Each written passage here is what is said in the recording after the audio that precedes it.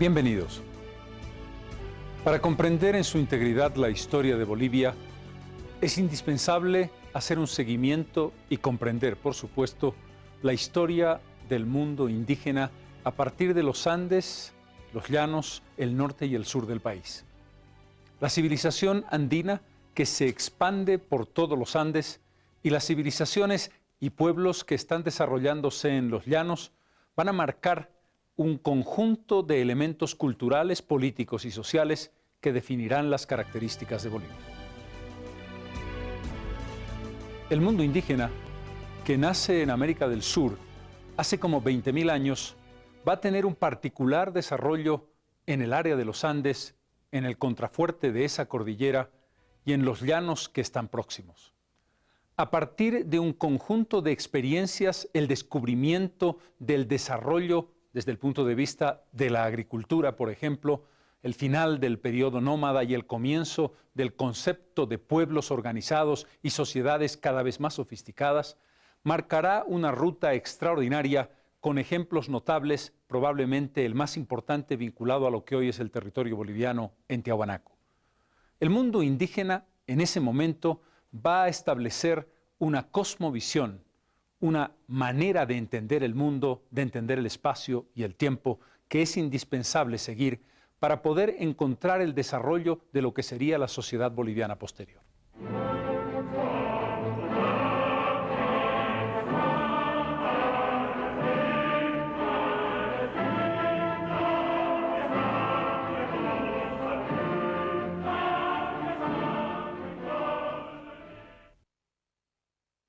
Wayrakunaqa haykuna simita apamuhun taytayllapa villahun tamyallaku shamushqa ñukanchik achachilakunaqa muskuyta charipashqa hatun apu uyarishqa o Wiracocha hatun ayllu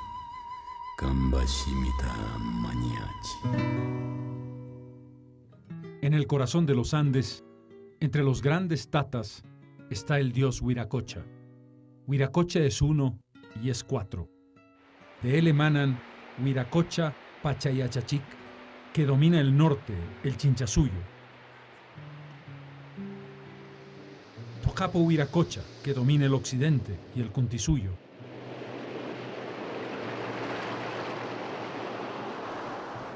Y Maimana Wiracocha, que domina el oriente y el Antisuyo.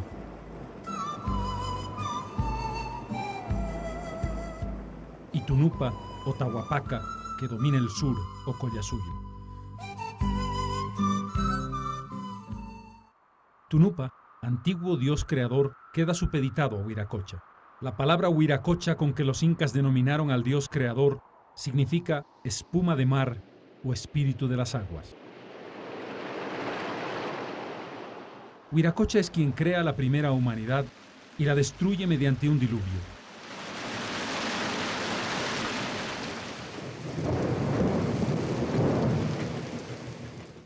Después de un tiempo de oscuridad e intensas lluvias, hace que el sol y la luna emerjan en la entonces llamada isla Titicaca.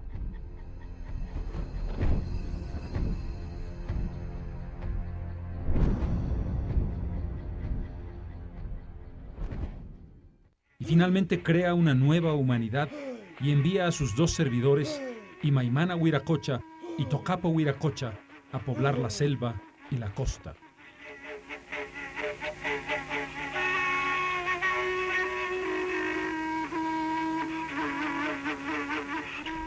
Y da muerte al rebelde Tunupa en la Isla del Sol. Su cuerpo es atado a una balsa y arrojado al lago. Al chocar con la orilla, abre el curso del río Desaguadero. Posiblemente, el personaje central de la Puerta del Sol de Tiahuanaco representa al antiguo dios creador.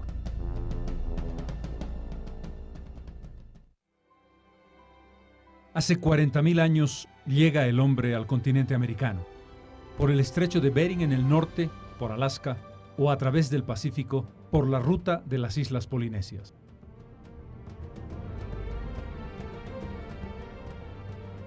20.000 años antes de Cristo, comienzan a aparecer los primeros rastros de piedra trabajada por los hombres americanos. Hace 7.000 años tenemos los primeros vestigios de culturas en el área andina alrededor de ese gran lago que reunía al Uyuni, al Coipasa, el Popó y el Uruburu con una extensión de más de 43.000 kilómetros cuadrados. Estamos hablando de la cultura vizcachani, que tiene ya el trabajo de la piedra más sofisticado.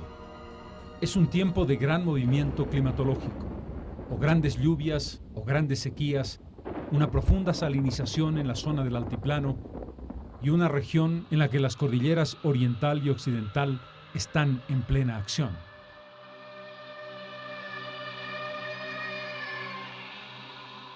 El Sajama es entonces un volcán en erupción, lo mismo el Zabaya, que luego sería conocido por los indios como una deidad espiritual, el Tata Zabaya.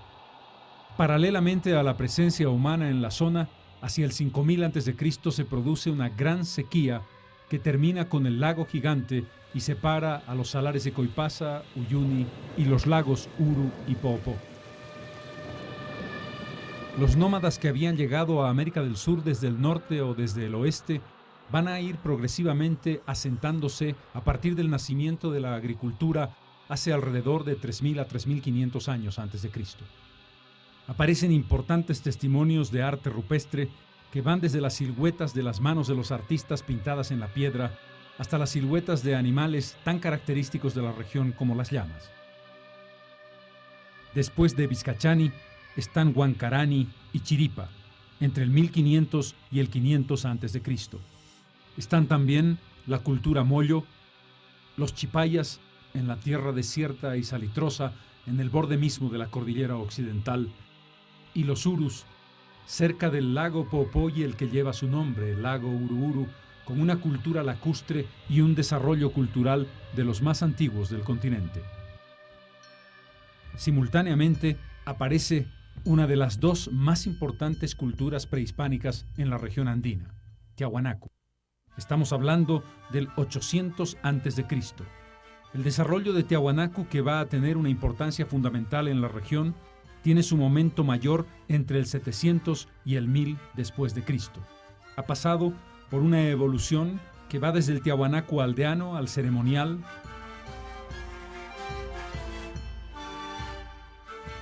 al urbano y finalmente al expansivo, cuando podemos hablar de un imperio tiahuanacota que va a tener presencia no solamente alrededor del lago Titicaca, sino en otras regiones que van desde el sur del Perú hasta el norte de Chile. Importantes centros arqueológicos alrededor del lago Titicaca, como Huancarani, Tiahuanaco, Chiripa, Lucurmata, Oje, Pocara, son una demostración de la extraordinaria importancia de lo que viene a ser el equivalente del mar Mediterráneo en el núcleo andino, el Titicaca. Tiahuanaco es una cultura altamente sofisticada, con ejemplos extraordinarios en el tejido, la cerámica, la orfebrería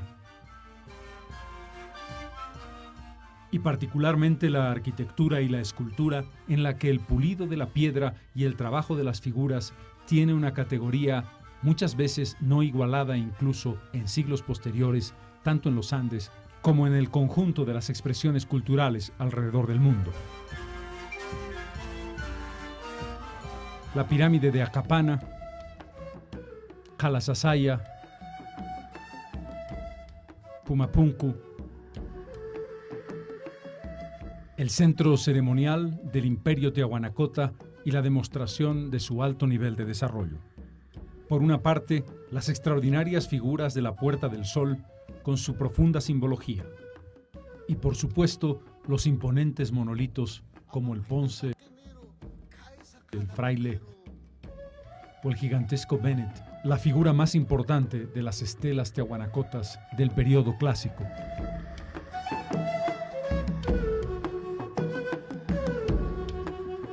Por la otra, las delicadas cerámicas de la isla de Pariti en el Titicaca, que van a vincular lo que fue la expansión del imperio tiahuanacota.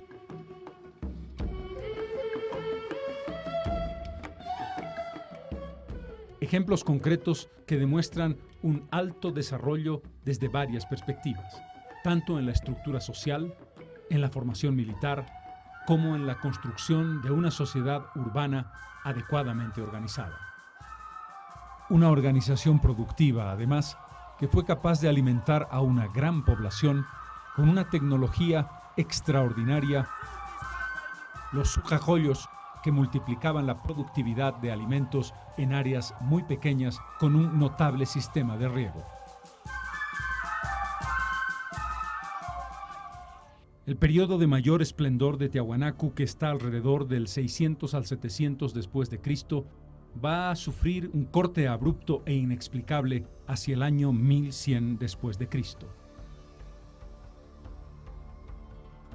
¿Qué explica la desaparición de Tiahuanacu? ¿Por qué una cultura tan importante va a quedar simplemente en el rastro de sus expresiones artísticas? ¿Qué lengua hablaban los tiahuanacotas? ¿Cuál era verdaderamente su origen? La mayoría de las investigaciones coincide en que los tiahuanacotas eran puquinas y que en consecuencia hablaban la lengua puquina. Haya sido un cataclismo por razones de clima, haya sido una decadencia progresiva, el caso es que Tiahuanacu desaparece como cultura viva definitivamente.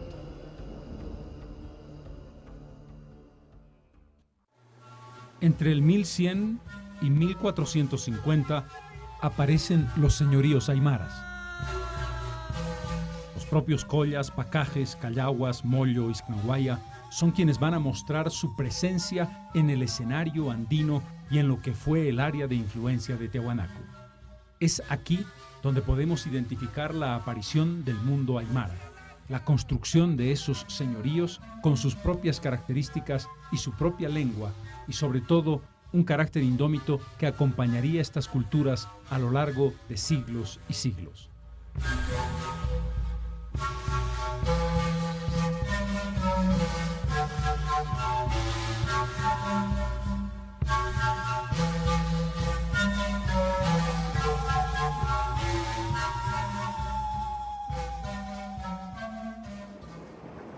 Si el mito de Huiracocha envuelve al conjunto de las culturas andinas, el nacimiento de la cultura incaica va a tener también su punto nodal en el lago Titicaca, concretamente en la Isla del Sol.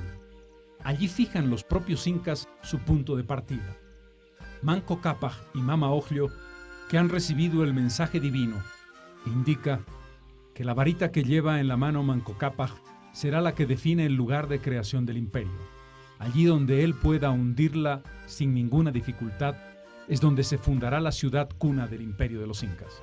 El lugar sería el Cusco. El imperio incaico va a ser la expresión más importante de la historia prehispánica en América del Sur. Dominará desde el Ecuador hasta la Argentina, incluyendo lo que hoy son territorios del norte de Chile, Bolivia y Perú. En muy poco tiempo, la estructura organizativa de carácter social permite un proceso expansivo de carácter militar y un proceso de conquista incesante que va a darles el dominio de prácticamente la totalidad de los Andes del continente sudamericano. Los orígenes del imperio incaico se remontan hacia el 1200 después de Cristo, pero en verdad, la expansión del imperio comienza en las primeras décadas del año 1400. Precisamente será Pachacuti quien va a organizar la expedición de conquista del Collasuyo, el intento de dominación del mundo aymara. El imperio está perfectamente estratificado. Tiene una estructura vertical, donde el Inca, encarnación divina, es la punta, la cabeza de la pirámide, y a partir del cual va a desarrollarse el conjunto de la sociedad.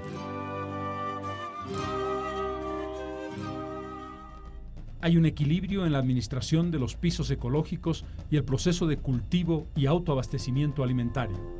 Tiene un sistema de caminos que ha logrado una red de integración en un espacio geográfico gigantesco, muy parecido a lo que pasaba en tiempos del Imperio Romano. El verdadero nombre del imperio incaico es Tahuantinsuyo, la tierra de las cuatro partes. Chinchasuyo en el centro, Kuntisuyo sobre la costa del Pacífico, Antisuyo en la selva y Collasuyo en el altiplano. La capital donde confluyen los 4 suyos es el Cusco, ombligo del mundo. El gobierno incaico es dual, la parte alta y la parte baja, el Urin y el Anan. En el territorio, el Chinchasuyo y el Collasuyo son el Anan y el Antisuyo y el Kuntisuyo son el Urin. La base sobre la que descansa la sociedad andina es el Ayllu, formado por diferentes grupos de familia que rinden culto a una misma huaca y pueblan un mismo territorio. Los Ayllus reales forman la descendencia de cada uno de los incas y son las panacas. La fuerte base agrícola incaica estará basada precisamente en la productividad de los Ayllus, que van a cultivar fundamentalmente maíz y papa y que tienen grandes hatos de ganado, llamas y alpacas. El Estado controla tanto la fuerza de trabajo como los centros de producción, pero no domina la tierra que comparte con los diferentes curacas en los Ayllus. Con varios dioses, tienen al dios creador Huiracocha, Pachacamac en la costa y varios dioses menores. Están también las huacas y los propios incas, una vez muertos como huacas, serán adorados como dioses. Hacen sacrificios a los dioses, en general con ofrendas de llamas, cuis y otros animales, pero también alguna vez sacrificios humanos.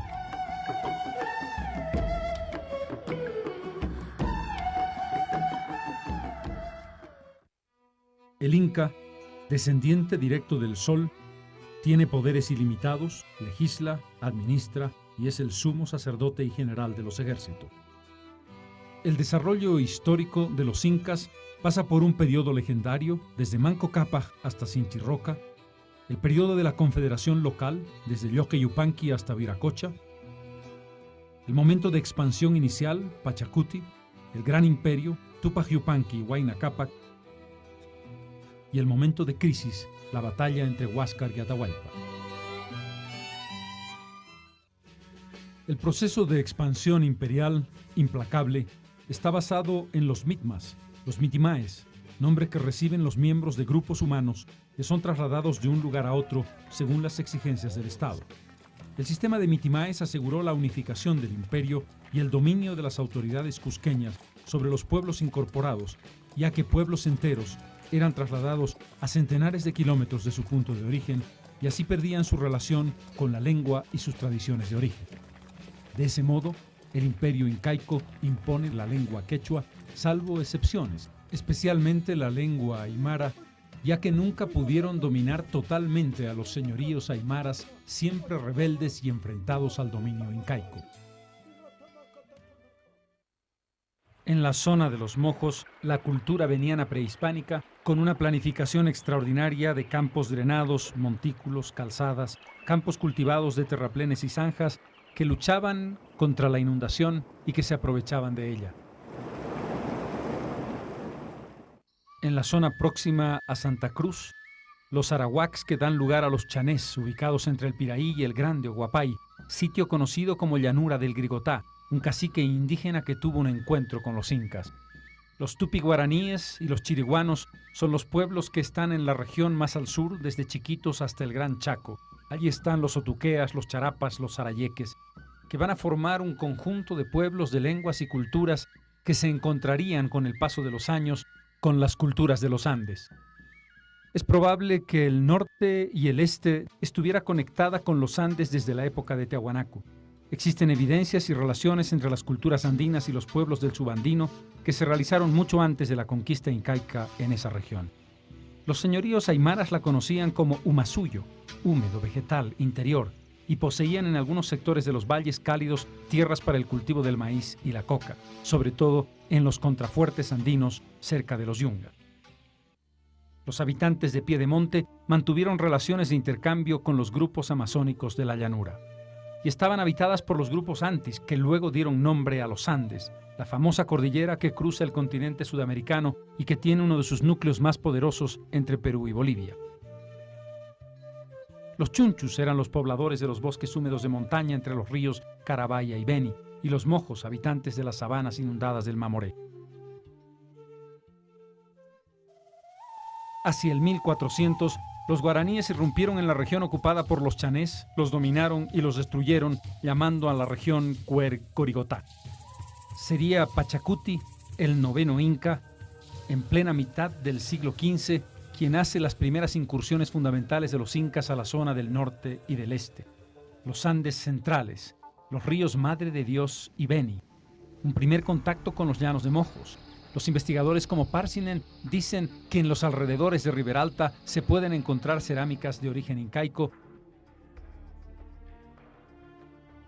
Probablemente los incas encontraron la conexión entre el Mamoré y el Madre de Dios.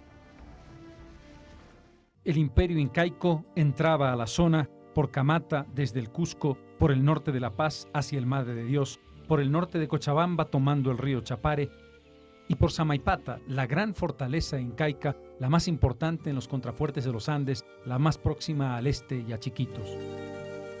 El 10º inca, Tupac Inca Yupanqui, y el 11º, Huayna Cápac, llevaron adelante los procesos de conquista y expansión incaica hacia esa región. Muy poco antes de la llegada de los españoles, hacia 1520-25, se producen contactos fundamentales. Se da, por ejemplo, el encuentro entre el inca Huancané, enviado por Huayna Cápac, y el cacique Grigotá, que está precisamente asentado en los llanos del río Piraí, hoy ciudad de Santa Cruz. Huancané logra dominar a Grigotá a partir de intercambio comercial y una relación en la que la presencia pacífica estuvo por encima de la confrontación violenta, como había ocurrido en tantas otras oportunidades entre los incas y los chiriguanos.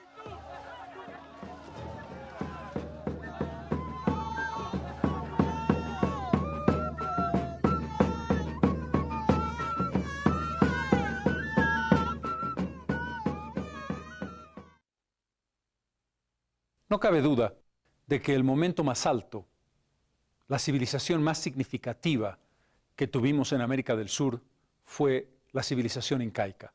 Y no cabe duda que el mundo incaico marcó de manera fundamental nuestra personalidad y el desarrollo de los pueblos, no solamente en el caso de Bolivia, sino varios del mundo andino, que establecieron luego una traumática y compleja relación con el mundo europeo.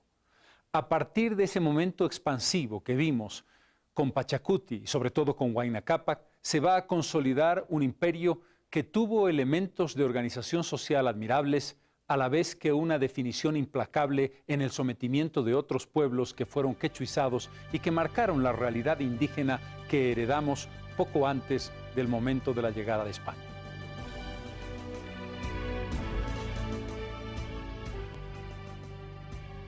(1532) es un año crucial, decisivo, que va a cortar de manera irreversible la historia pasada de la América Andina y va a marcar el comienzo de una nueva historia a partir de un choque brutal que se produce en la plaza de una de las más importantes ciudades del mundo incaico.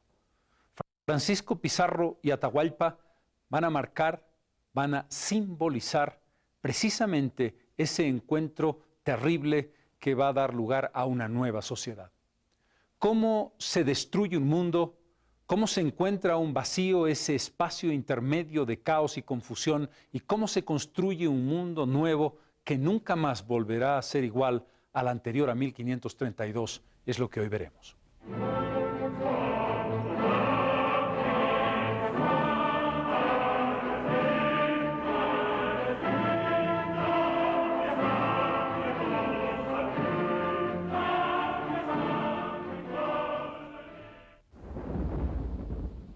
Son las 5 de la tarde del 16 de noviembre de 1532.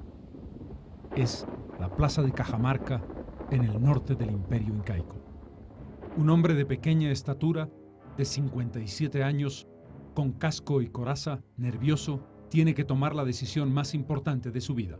Responde al nombre de Francisco Pizarro y ha nacido en Trujillo, España, a más de 10.000 kilómetros de ese lugar. El español está al mando de 62 hombres a caballo y 106 peones, un total de 168 europeos que esperan su momento decisivo. El Inca, Atahualpa, ha llegado desde su campamento a un par de leguas de la ciudad, acompañado de 6.000 hombres desarmados. Está en el centro de la plaza. Pizarro ha ordenado apronte. Los jinetes están preparados dentro de los templos en los 3 costados de la plaza. Un disparo de arcabuz dará la orden de ataque. El fraile Vicente de Valverde va al encuentro del monarca indio junto al intérprete Felipillo. Se acerca al emperador y le entrega un misal. Le dice que allí está la palabra de Dios. Atahualpa recibe el objeto, lo mira desde varias puntas y lo tira al suelo sin comprender qué es lo que le dicen. El cura vuelve corriendo y entre gritos menciona un sacrilegio. Suena el disparo de arcabuz y al grito de «A mí, Santiago», el reducido ejército español arremete contra los 6.000 soldados y el emperador incaico. La imagen es estremecedora. De todas partes, en medio de explosiones como rayos, los caballos también acorazados y con cascabeles en las patas, montados por esos jinetes barbados y de casco metálico, hacen un estruendo indecible frente a la masa indígena que acompaña a Atahualpa.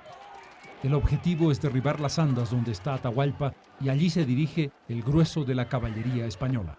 Tras un forcejeo, el Inca es derribado, tomado e inmediatamente trasladado a uno de los templos. Entretanto, los jinetes españoles, con las espadas toledanas de acero templado, están cortando brazos y cabezas de centenares de miles de indígenas.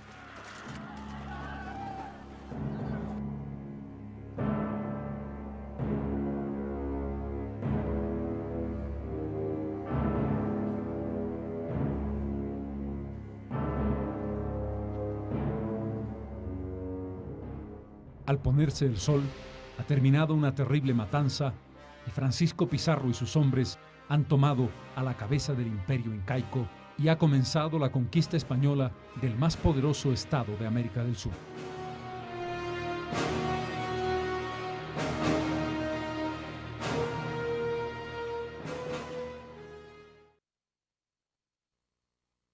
Ya preso, Atahualpa ofreció un rescate por su vida.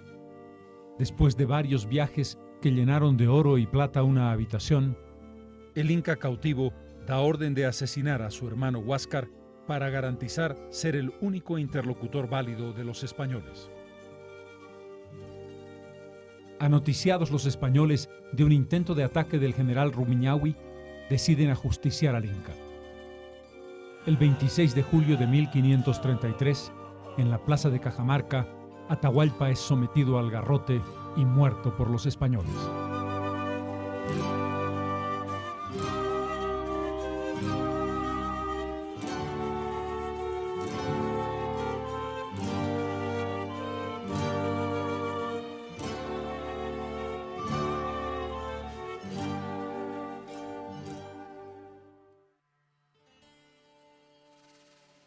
Se ha producido uno de los choques más tremendos de la historia. El más poderoso imperio de Occidente en el siglo XVI, España, bajo el reinado del emperador Carlos V de Alemania y I de España, llega a tierras americanas y ha derribado ya a los aztecas y derriba ahora a los incas, que viven una grave crisis interna, la confrontación entre dos hermanos, Atahualpa, el quiteño, y Huáscar, el cusqueño.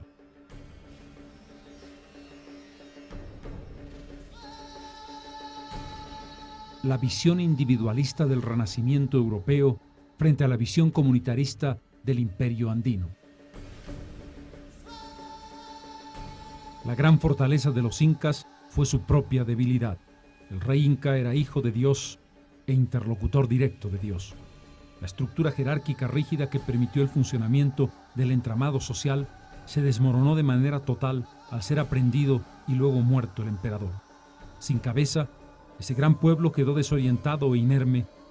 Los múltiples dioses de los incas fueron descabezados y enterrados progresivamente para imponer al Dios único del mundo judeo-cristiano.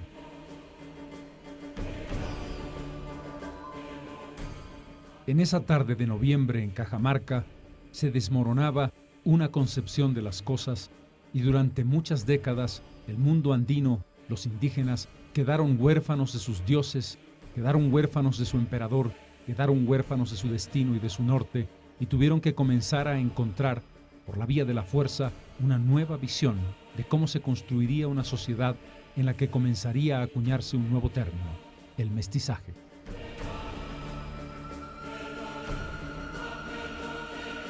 España, Europa, trajo a su Dios, Cristo, a su lengua, el castellano, y a su modo de vida, junto a una avidez interminable por la riqueza, particularmente por el oro, que fue uno de los grandes objetivos de ese proceso violento de conquista hasta llegar a la institucionalización varias décadas después.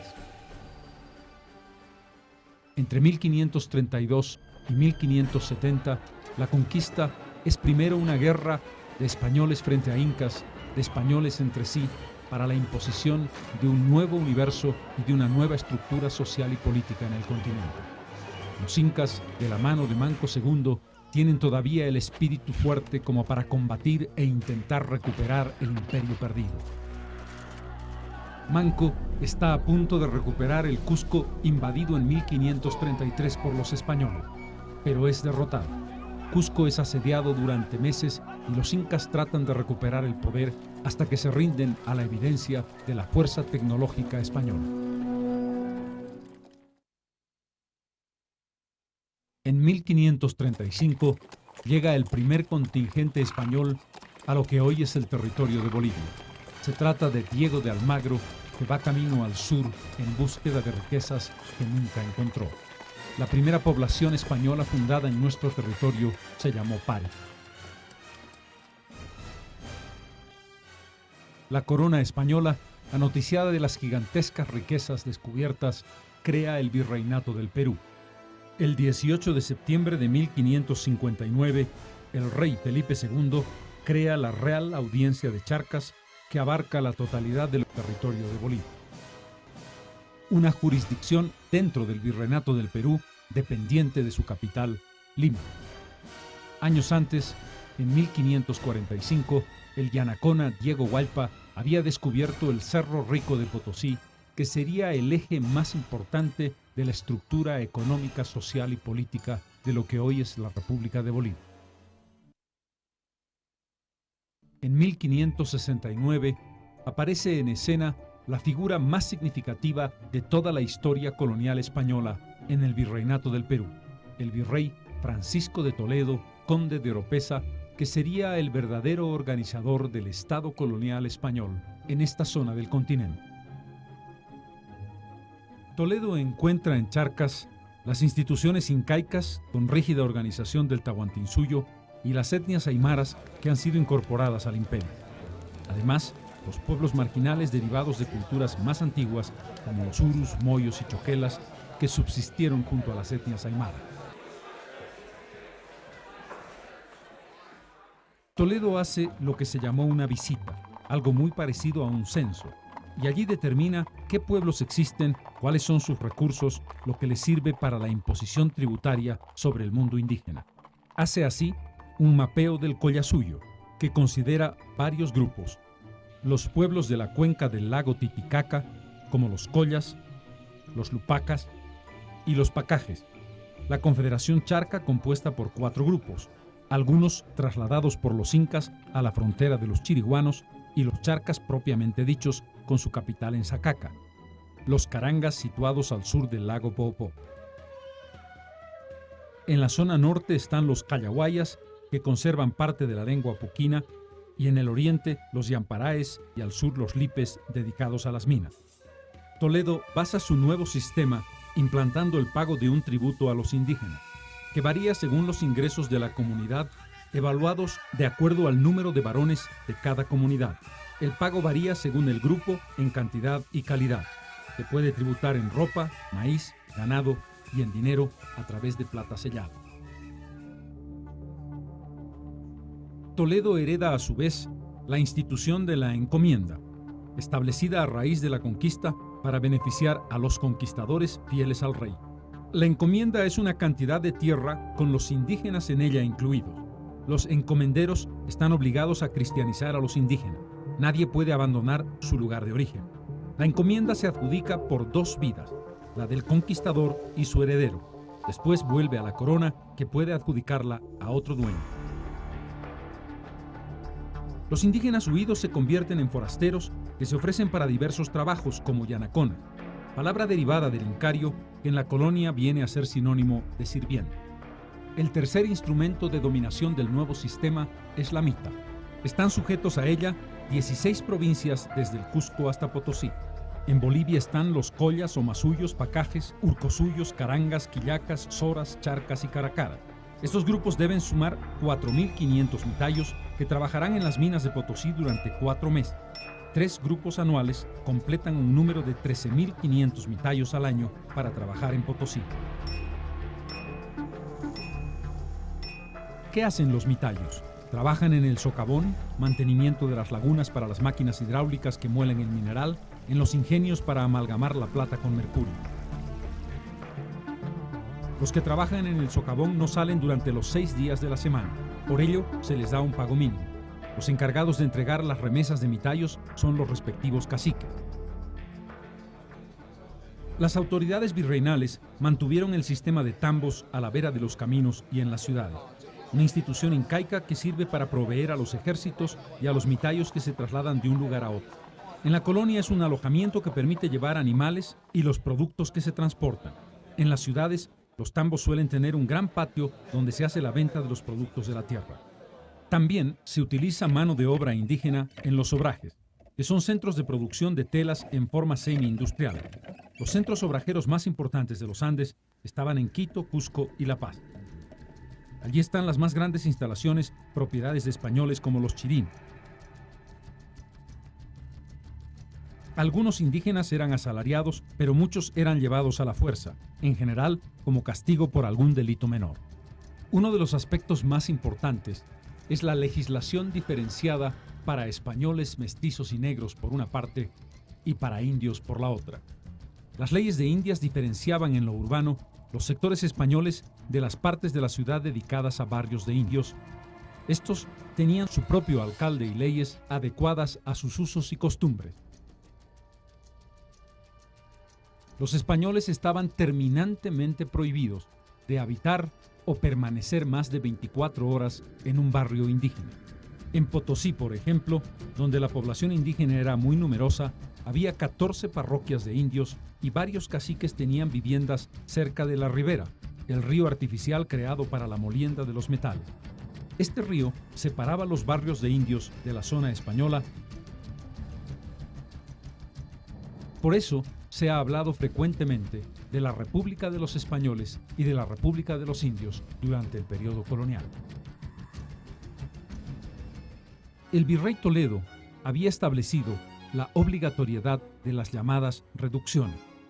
Se trata de la urbanización de la zona rural que consistió en reunir en un solo pueblo las aldeas prehispánicas dispersas. En Pacajes, por ejemplo, sabemos que se reunieron 23 pueblos antiguos en uno, Caquiaviri. En Tiahuanacu se reunió 10, en Jesús de Machaca 15. Esto facilitaba la cristianización y el control presupuestario y de tributo. El único español que podía vivir en ellos era el cura doctrinero. El proceso de evangelización adaptó los elementos y costumbres indígenas al diseño de las iglesias.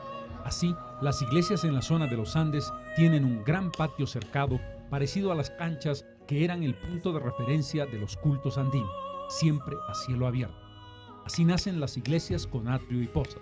La celebración de la misa se hace frecuentemente desde una capilla mayor o un balcón de cara a ese gran patio llamado atrio donde están los indígenas reunidos escuchando la prédica y la misa.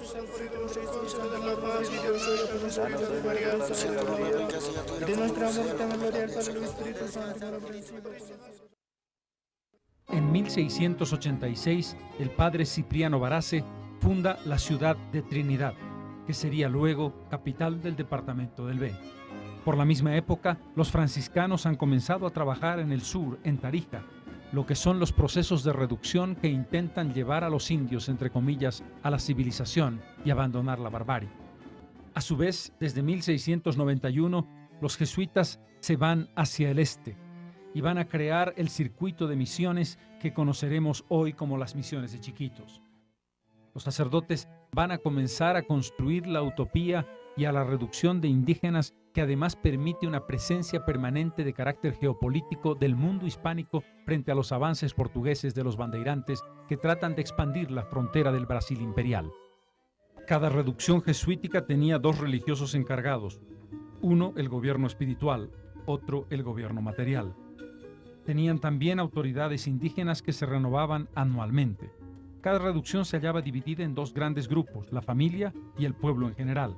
Al primero pertenecían los artesanos de diferentes oficios y al segundo todos los indios que se ocupaban de los trabajos ordinarios.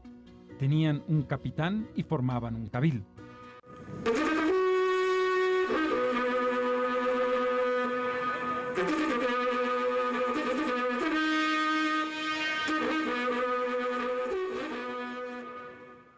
La producción de la región son uvas, melones, higos, maíz, frijoles, maní, zapallos, caña dulce, ganado vacuno, una producción importante de azúcar.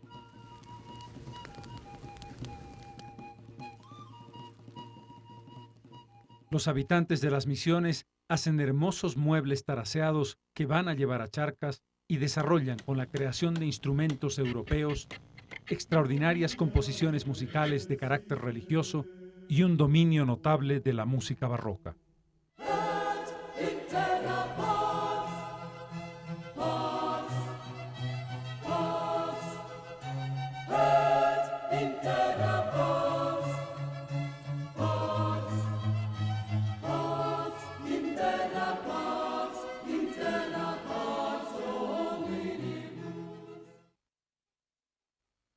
El 27 de febrero de 1767, Carlos III expulsa a los jesuitas de todos los dominios españoles y termina así una de las experiencias más interesantes y reveladoras de lo que hizo el mundo hispánico y particularmente la religión católica en el oriente del país.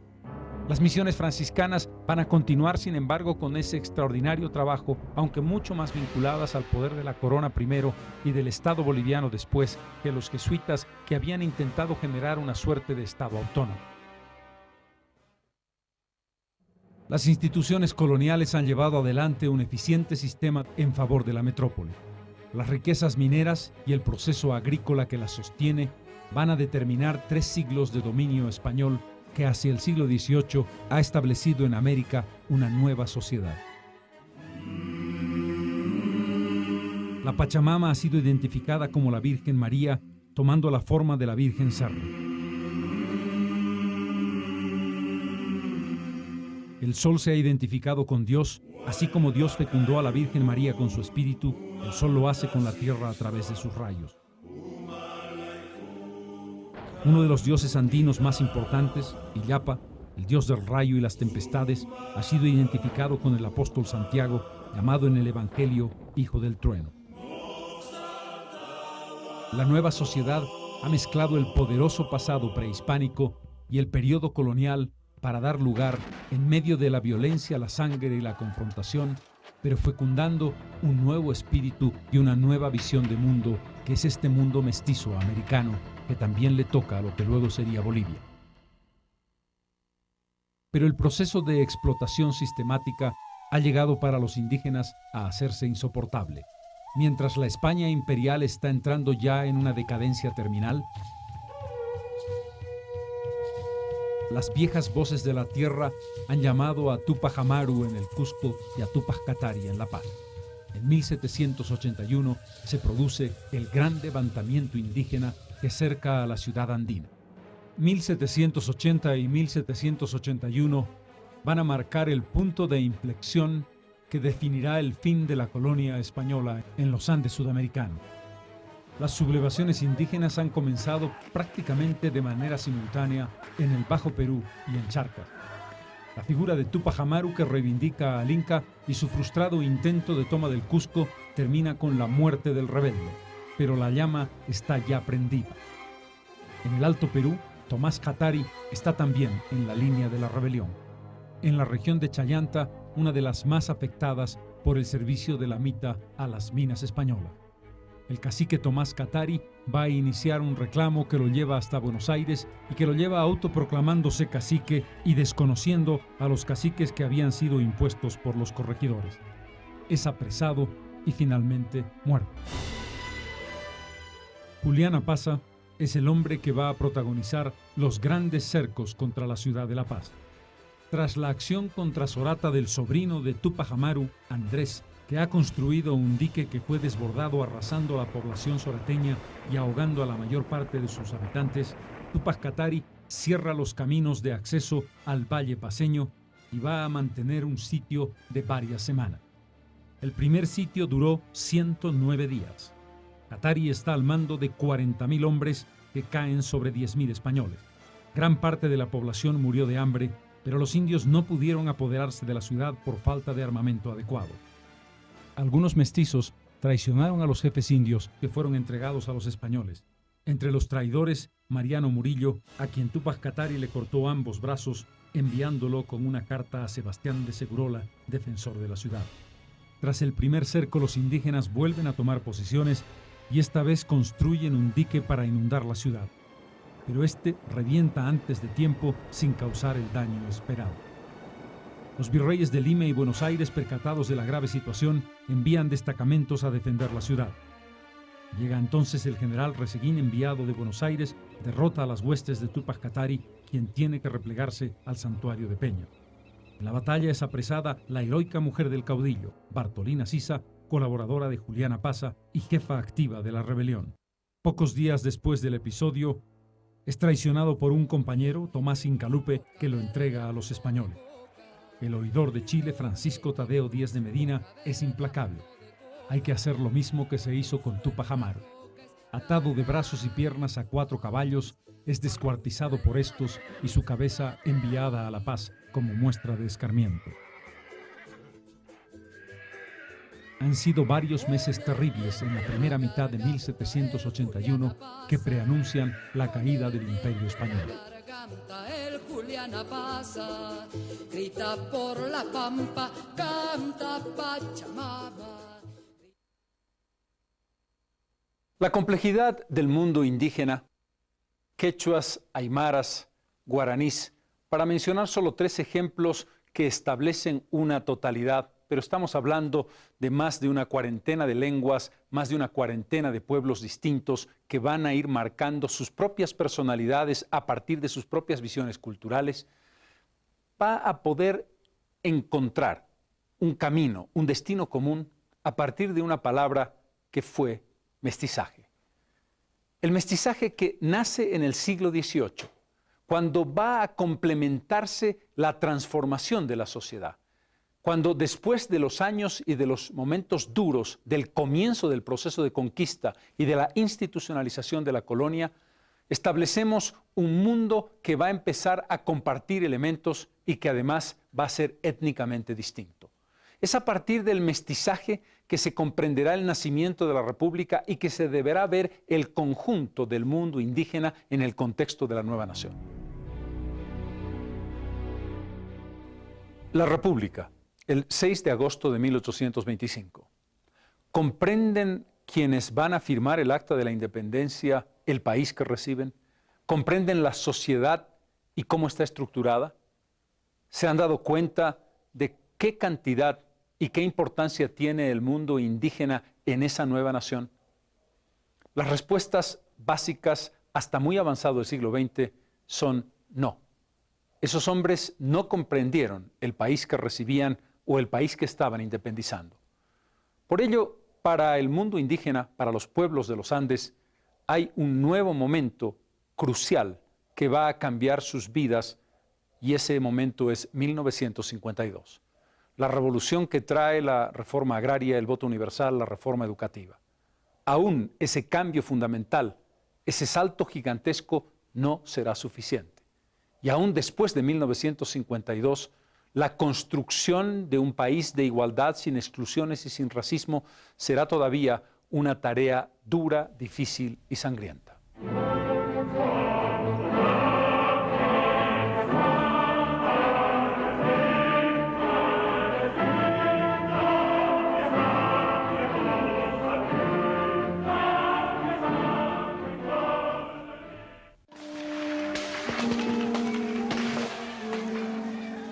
la nación que ha surgido de la violenta y sangrienta guerra de la independencia con la acción heroica de indios, mestizos y criollos, consolidada formalmente el 6 de agosto de 1825, va a cortarse bajo el patrón liberal que traen los libertadores Simón Bolívar y Antonio José de Sucre.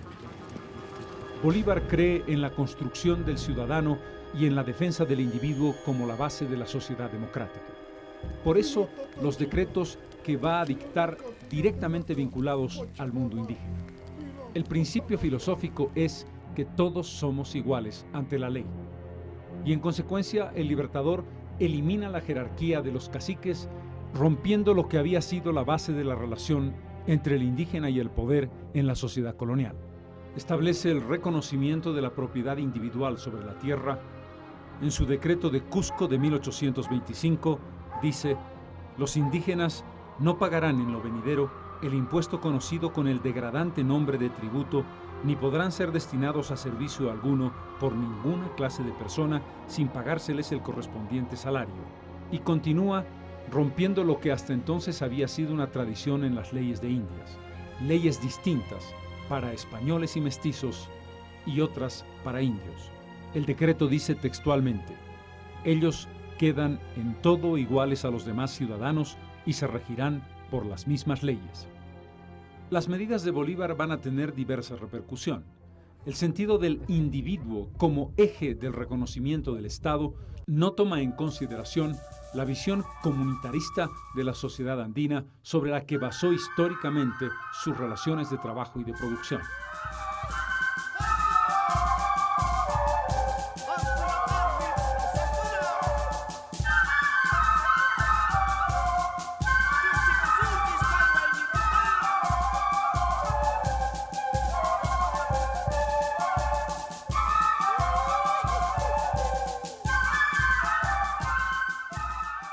En cuanto a la eliminación del tributo indígena, la dramática realidad va a imponerse muy pronto.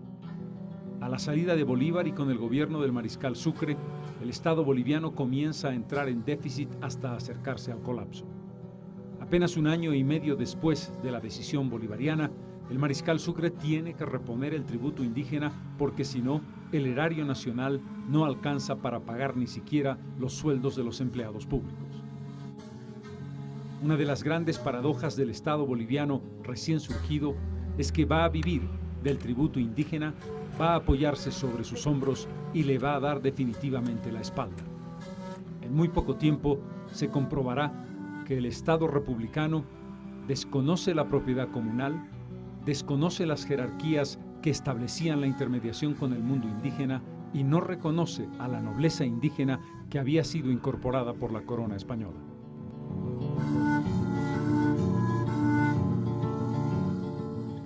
En 1829 llega a la presidencia de Bolivia un hombre que tiene sangre de la nobleza indígena en las venas. Se trata de Andrés de Santa Cruz y Calaumana, cuya madre, Juana Basilia Calaumana, es la cacica indígena de Guarina de la nobleza incaica asentada en el lago Titicaca.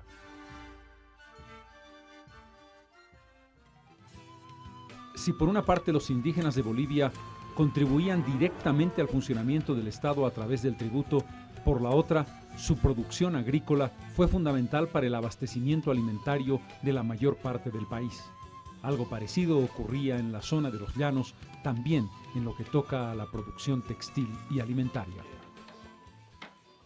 El tema fundamental del mundo andino es el tema de la tierra. Y va a ser a partir de las políticas agrarias y de tierra de los diferentes gobiernos que se va a establecer, en el fondo, la relación compleja y conflictiva entre las élites que gobiernan y el mundo indígena. En esa dirección, entre 1825 y 1863, las medidas de los diversos gobiernos no resuelven el problema, pero tampoco agudizan un proceso de expoliación. En 1863, el presidente Achá establece el derecho de todo indígena sin tierra a recibir una parcela en diferentes dimensiones si se trata de tierras de riego temporal o de secano. Además, establece que los indios contribuyentes son propietarios de los terrenos que poseen por lo menos desde 10 años atrás. Pero va a ser algo muy efímero, Pocos años después, en 1866, comienza la política real de expoliación de las propiedades de tierras de comunidad y la apropiación por las élites que gobiernan de buena parte de las tierras del altiplano y los valles. Mariano Melgarejo dicta el 20 de mayo de 1866 una disposición por la cual se despojaba a las comunidades de sus tierras que debían ser adquiridas por cada uno de los comunarios de modo individual, previo pago de un título que costaba entre 25 y 100 pesos, sin cuyo requisito la tierra pasaba al Estado en el plazo de 60 días. El gobierno se reservaba el derecho de rematar esas propiedades a quien le interesara. El despojo se hizo con empleo del ejército y con abusos y matanzas de indios. Los beneficiarios fueron muchas veces gente del propio gobierno.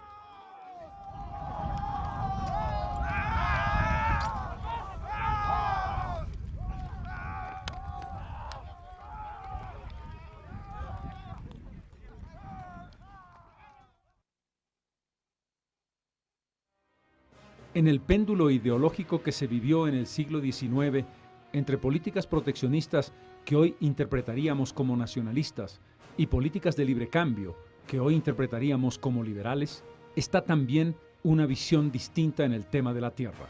La respuesta al despojo de Melgarejo está en el gobierno de Agustín Morales. Por iniciativa de Casimiro Corral, su ministro, aprueba la ley de 31 de julio del 71 que establece la devolución de todas las tierras de comunidad a pesar de los reclamos de los hacendados que habían comprado y exaccionado la tierra en el periodo anterior.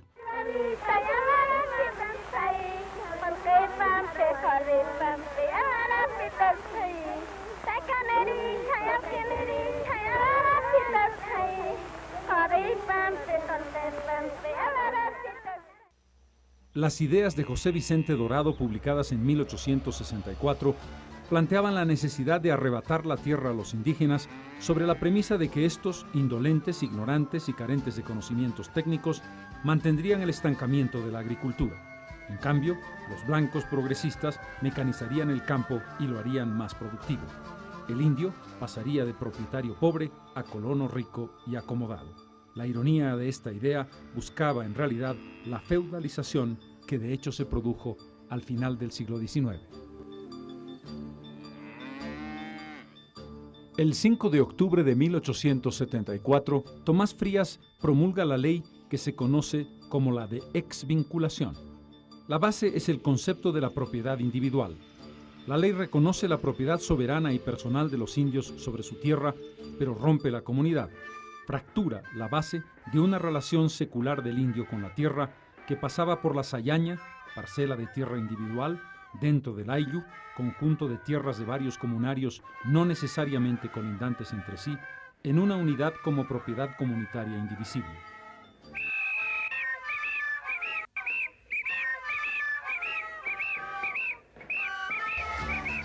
La ley de Frías, en realidad, no se aplicó sino hasta 1880. El 1 de octubre de ese año se decide una revisita que no es otra cosa que un grupo de funcionarios del Estado que van a medir la tierra, establecen sus títulos y abren algo muy importante, un mercado libre de compra y venta de tierras que en medio siglo desarticuló a las comunidades hasta reducirlas a menos de un 25% de su extensión original, ampliando el número de colonos semiesclavos por el pongueaje y una relación salarial de superexplotación a cambio de la reducción de los comunarios libres. En muy pocos años, el latifundio se convierte en un elemento fundamental del campo boliviano, que sin embargo no da como resultado ni una modernización ni una mecanización del agro, salvo algunas excepciones. En tanto, en las tierras bajas se ha desarrollado primero la explotación de la quina y después la explotación de la goma.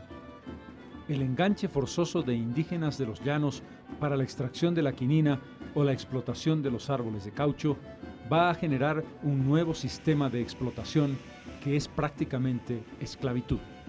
El sistema de habilito establece una relación de encadenamiento indefinido entre los empleados y los patrones.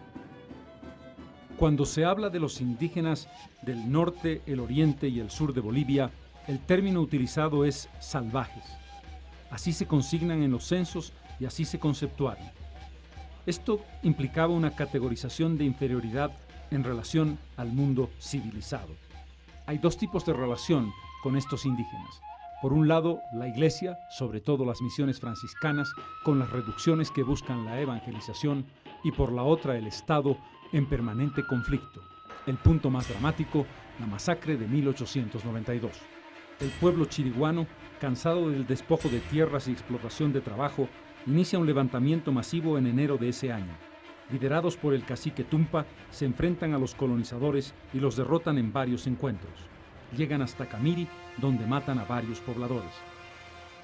El prefecto cruceño, Saulón Vaca, organiza una fuerza de 1.700 hombres con varios indios aliados en la región. El 27 de enero se produce la Batalla de Santa Rosa. El comandante del ejército González derrota a las fuerzas de Tumpa, que pierde más de 500 hombres. Tras la batalla, el prefecto ordena el incendio de los campamentos y la ejecución del enemigo, incluidos mujeres y niños.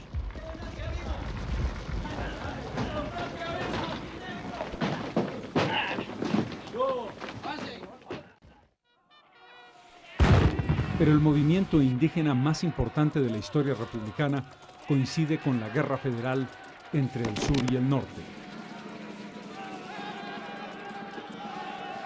Los caciques apoderados, entre los que está Zárate Vilca, están reclamando permanentemente la reivindicación de tierras que les han sido arrebatadas. Los apoderados van a hacer una alianza circunstancial con José Manuel Pando. Es un pacto entre los aymaras y los caras, Pando y Zárate Vilca. Entre enero y abril de 1899 se destacan acciones en las que los masivos contingentes indígenas van a apoyar al ejército liberal. Pero en el interín se produce un levantamiento que se autonomiza totalmente del movimiento político de Pando. Simultáneamente a las acciones bélicas, hay organizaciones indígenas que se levantan en los departamentos de La Paz, Oruro, Potosí y Cochabamba.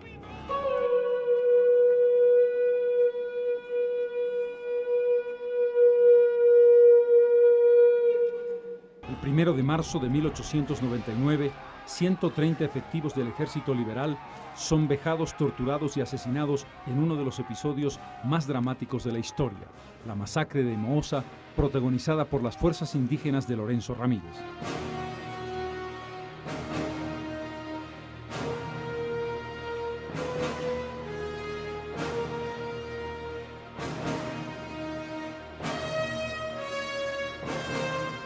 Semanas antes se había producido la masacre de Ayoayo, en la que una treintena de hombres del ejército de Alonso son masacrados en la iglesia de Ayoayo.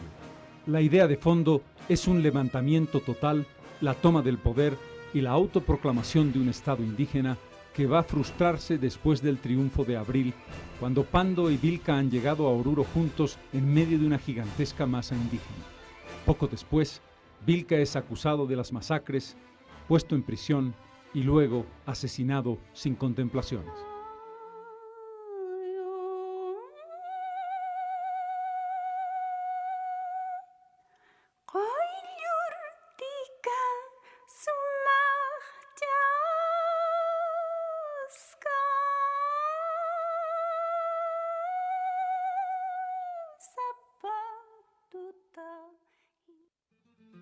Está claro que hay una ruptura irreversible entre el Estado oligárquico que pretende construirse a imagen y semejanza de los modelos europeos, particularmente el francés y el de Gran Bretaña, olvidando que la gran mayoría del país está conformada por los indígenas quechuas, aymaras, guaraníes y otras etnias en toda la nación.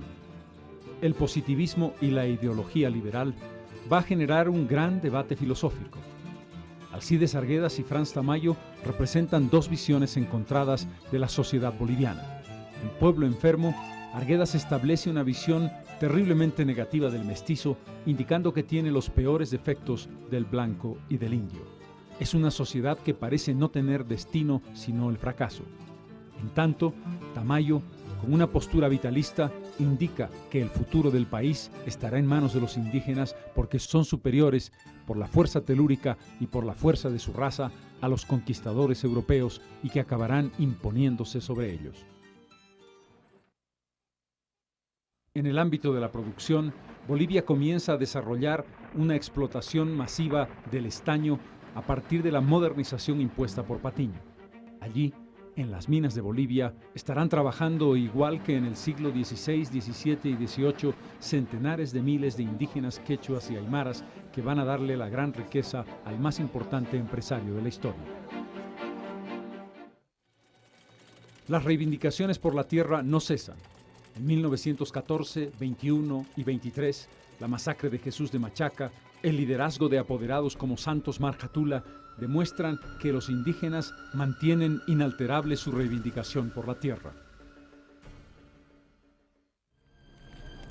Al comenzar los años 30, Bolivia enfrenta un momento clave de su destino histórico, la Guerra del Chaco. Atención, presenten. ¡Ale!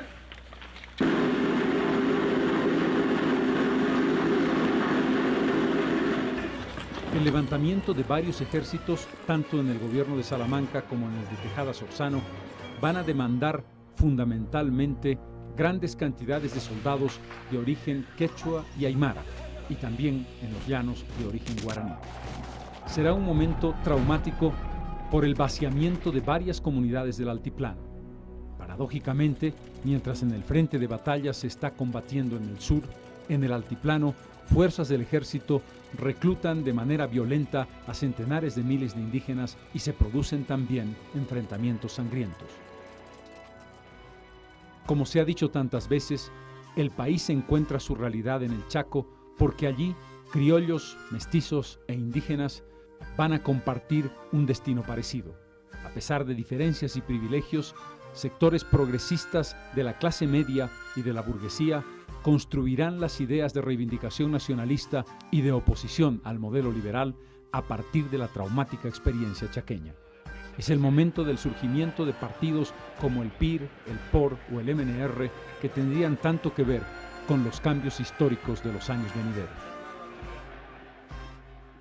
En 1926, Tristán Maroff, desde la óptica del trotskismo, escribirá un libro en el que una de las reivindicaciones será explícitamente la necesidad de una reforma agraria. En 1945, el presidente Gualberto Villarroel, en una alianza entre fuerzas militares y el movimiento nacionalista revolucionario, convoca al primer Congreso Indigenal de la historia del país. Allí, la medida más importante será la eliminación del pongueaje. El régimen del pongueaje es una de las herencias más lacerantes en la historia republicana, igual o peor que en el periodo colonial con la encomienda. Los hacendados van a controlar vidas y destinos de los colonos que viven en sus territorios que han sido expoliados a esas propias comunidades. El pongueaje no es otra cosa que el servicio gratuito y obligatorio de trabajo del colono en favor del hacendado, tanto en la zona rural, en la hacienda, como en trabajo doméstico en la ciudad. Y muchas veces se aplica el derecho de pernada del patrón sobre las jóvenes indígenas que viven en su hacienda.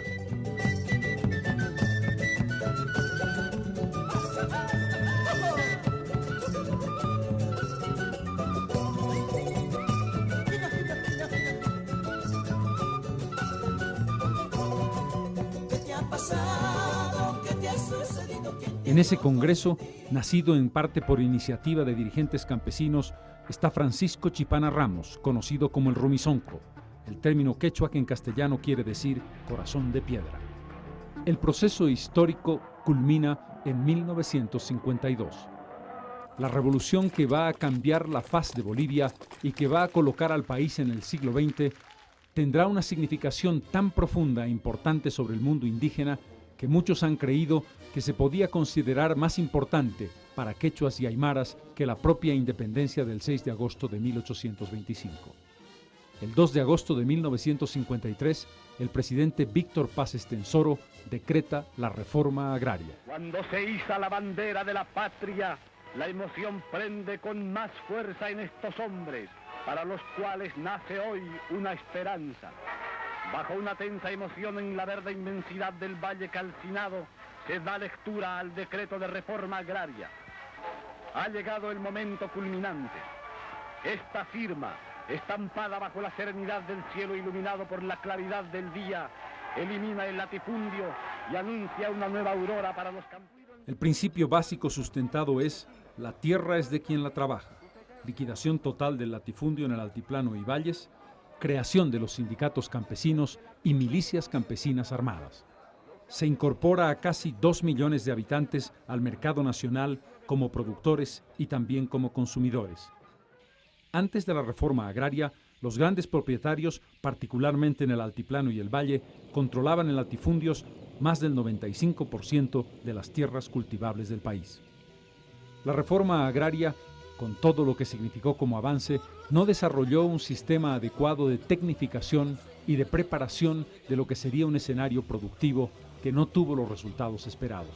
Y el gran problema es que al no poder comercializarse ni intercambiarse la tierra, quedando en propiedad de los propietarios originarios, se fue parcelando hasta aquel concepto del nacimiento del surco fundo, es decir, terrenos tan pequeños que no tienen condiciones productivas adecuadas.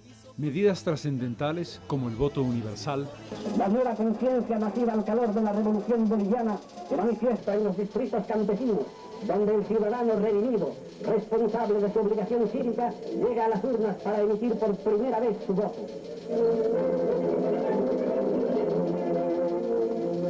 El acto electoral va concluyendo paulatinamente en los diferentes distritos y comienza el escrutinio. Una a una, las urnas descubren el resultado de la voluntad mayoritaria del pueblo, mientras delegados de todos los partidos políticos cumplen la tarea de controlar estrictamente las papeletas extraídas de su interior.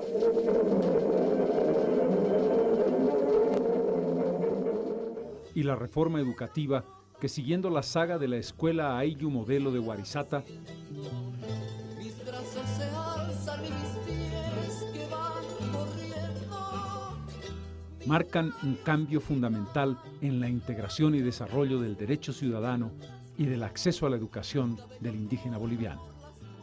La revolución va a establecer una política de integración de la zona andina con los llanos siguiendo el modelo del Plan Bojan. Allí comienza el proceso de colonización y el traslado que se haría masivo en los años 90 y principios del siglo XXI de indígenas quechuas y aymaras que comienzan a trabajar la tierra en las fértiles tierras del oriente boliviano. La revolución busca la identidad del país en el mestizaje, una unidad de lengua, de religión y de cultura.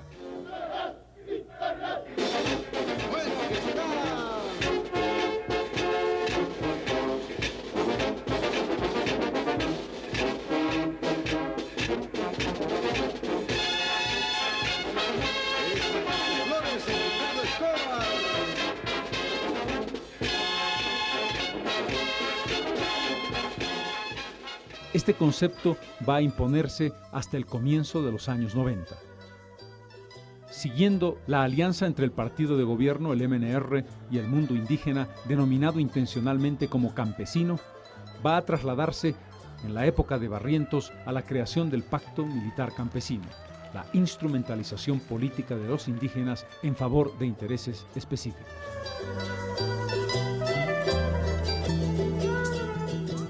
Va a ser simultáneamente al proceso de reconquista de la democracia que el mundo indígena empieza a funcionar de manera autónoma y crea sus propios instrumentos de lucha. Es así que en 1979 se crea la Confederación Sindical Única de Trabajadores Campesinos de Bolivia, cuyo primer secretario ejecutivo es Genaro Flores. Es ya un movimiento autónomo con su propia concepción de las cosas y con una influencia política que comienza a equilibrar movimientos sociales tan importantes como los mineros a través de la COP. La línea de pensamiento indígena que tiene su precursor en Fausto Reinaga va a dar lugar al catarismo. La base del pensamiento catarista es: vamos a mirar el mundo desde nuestra perspectiva, vamos a recuperar nuestra propia tradición y vamos a estructurarnos a partir de nuestra historia. Esta revisión de los valores, iniciada ya en la Revolución del 52, recupera la extraordinaria capacidad creativa en el ámbito de la música, los tejidos que tienen además la consideración de un particular lenguaje que se transmite por generaciones, la cerámica, la artesanía, tanto en los llanos como en los valles y el altiplano.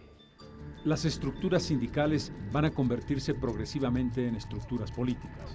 Momentos de crisis histórica, como la relocalización por la caída de los minerales, da lugar al surgimiento de traslados masivos a la zona del Chapare.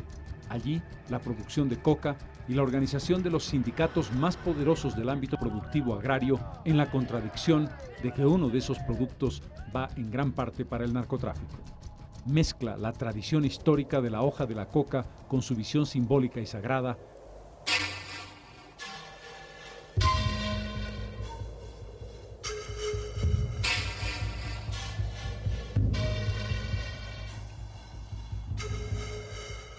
Con aquella otra que es el destino del narcotráfico.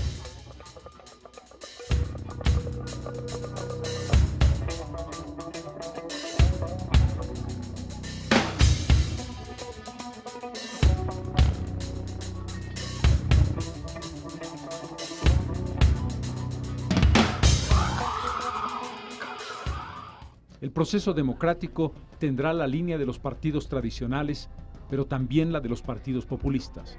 Uno de ellos, Conciencia de Patria, con un líder como Carlos Palenque, va a recuperar elementos fundamentales del mundo aymara y va a tener su centro de fuerza en el Departamento de La Paz.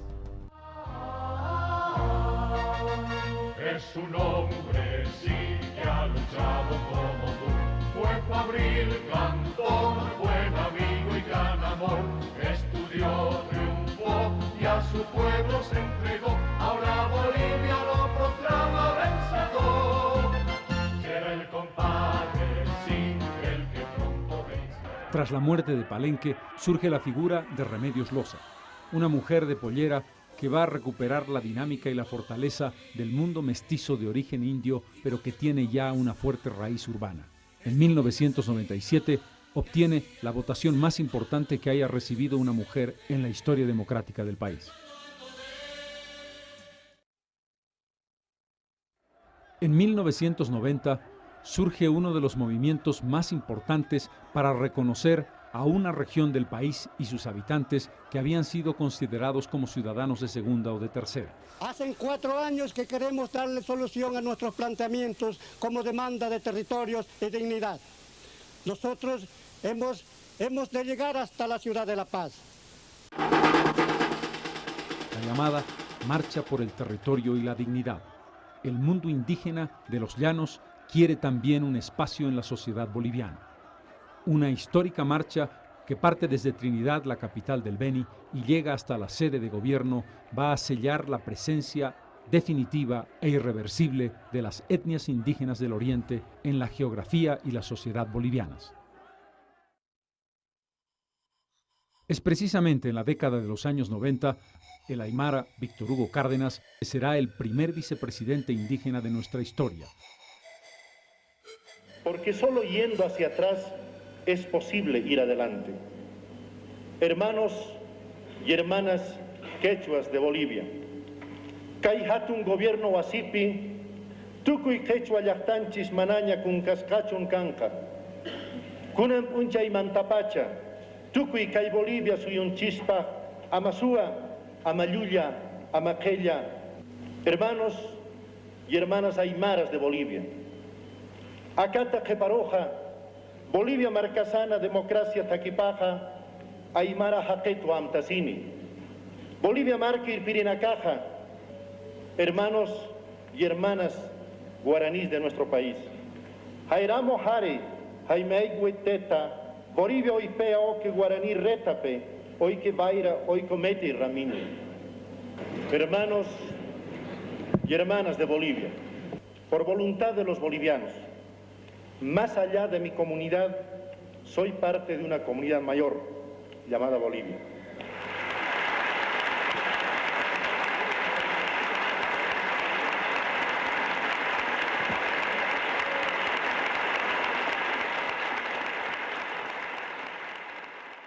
A partir de lo que fue la experiencia de la marcha indígena, la ley INRA reconoce la tierra comunitaria de origen, las organizaciones territoriales de base y lleva adelante la otorgación de títulos a esas tierras comunitarias de origen, particularmente en las zonas de los llanos, en el norte, oriente y sur del país. Otro elemento fundamental de este periodo es el proceso de participación popular. Ellos quieren manejar sus recursos. Y lo van a hacer bien. Si tú le das a la sociedad, a la comunidad, al barrio, el derecho de manejar lo que está a su alcance, puede cambiar la forma que se gasta. ¿Qué hacemos con toda esta plata si va a seguir la ineficiencia de la corrupción? Tienen que manejar su propio destino, sus propios recursos.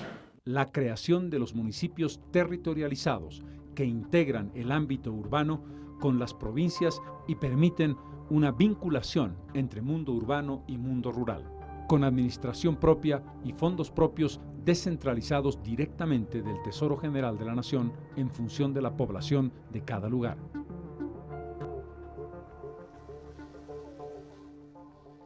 En 1994 se ha aprobado una nueva constitución que reconoce un país pluriétnico y multicultural. En otras palabras, no solamente la visión mestiza, sino aquella que reconoce lenguas y culturas distintas. Pueblos que tienen su propia identidad y su propia riqueza que enriquece al país entero. En ese contexto surge también la obligatoriedad de la educación intercultural y bilingüe. Paralelamente, surgen diversas organizaciones indígenas en un proceso de expansión en el oriente, el caso de la CIDOB, las organizaciones guaraníes y otras, y también una atomización de organizaciones indígenas en el área del altiplano y los llanos. La crisis terminal del viejo Estado a partir de los movimientos sociales, pero particularmente del radicalismo indígena, entre cuyos líderes está Felipe Quispe, comienza en el año 2000 con gigantescos bloqueos y momentos de violencia casi ilimitada. A tu pascatario se han descuartizado con 4 caballos, a mí me descuartizarán con 4 tanques, o si no con 4 aviones. Y esa sangre va a chorrear a esta población boliviana. Pero será del combativo movimiento de la producción de coca que va a surgir el primer presidente de origen indígena de la historia. Es a través de las confederaciones de productores de coca en el Chapare que surge el liderazgo de Evo Morales. Al final de los años 90, la integración de un dirigente sindical a la política a partir del movimiento al socialismo, su candidatura de 2002 y su segundo puesto en las elecciones generales de ese año. Y finalmente, tras una turbulenta situación de crisis política en la que el propio Evo Morales es gran protagonista a través de bloqueos y presiones sobre el Estado, en la elección del 18 de diciembre del 2005 llega a la presidencia de la República.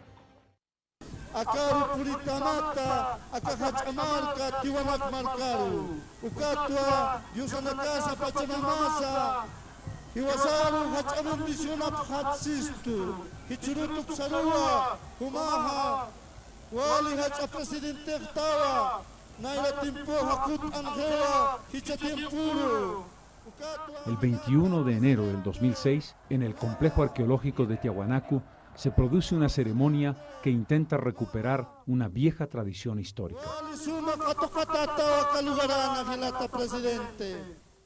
Hoy día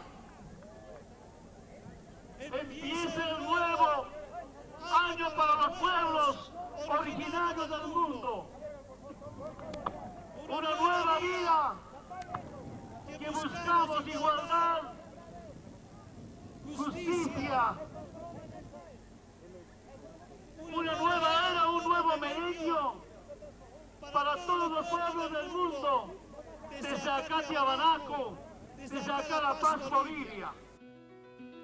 De la resistencia de 500 años a la toma del poder para 500 años.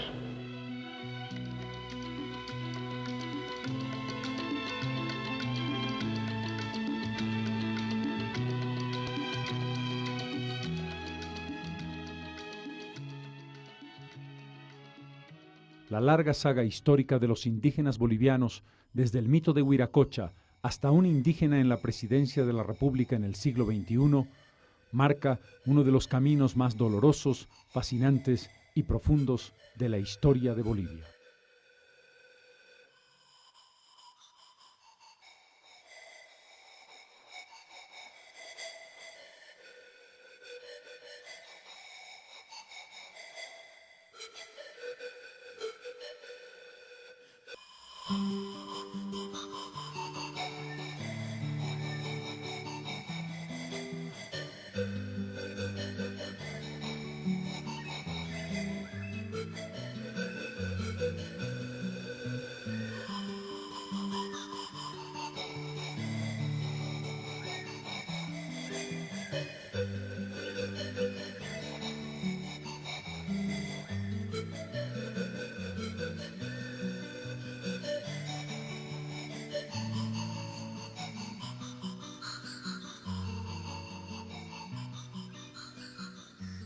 El siglo XXI ha comenzado con un cambio trascendental, el anuncio de un nuevo momento de la historia, la asunción a la presidencia de la República de alguien que representa al mundo indígena con todos los desafíos que ello representa. La tarea que se tiene por delante no solamente a partir de una persona, sino del conjunto de una sociedad que tiene que entender esa nueva amalgama y que no tiene que olvidar el punto de referencia del mestizaje. A pesar de la importancia de lo indígena, está allí como una pica que nosotros tenemos en el corazón. Un corazón que tiene que construir un escenario nuevo, un escenario democrático, justo y equilibrado. Un escenario que haga homenaje a esos centenares de miles de años de quienes nos antecedieron, construyendo una sociedad, una parte de la cual tuvo esa fuerte impronta indígena de la que hemos hablado en este programa. Gracias por habernos acompañado.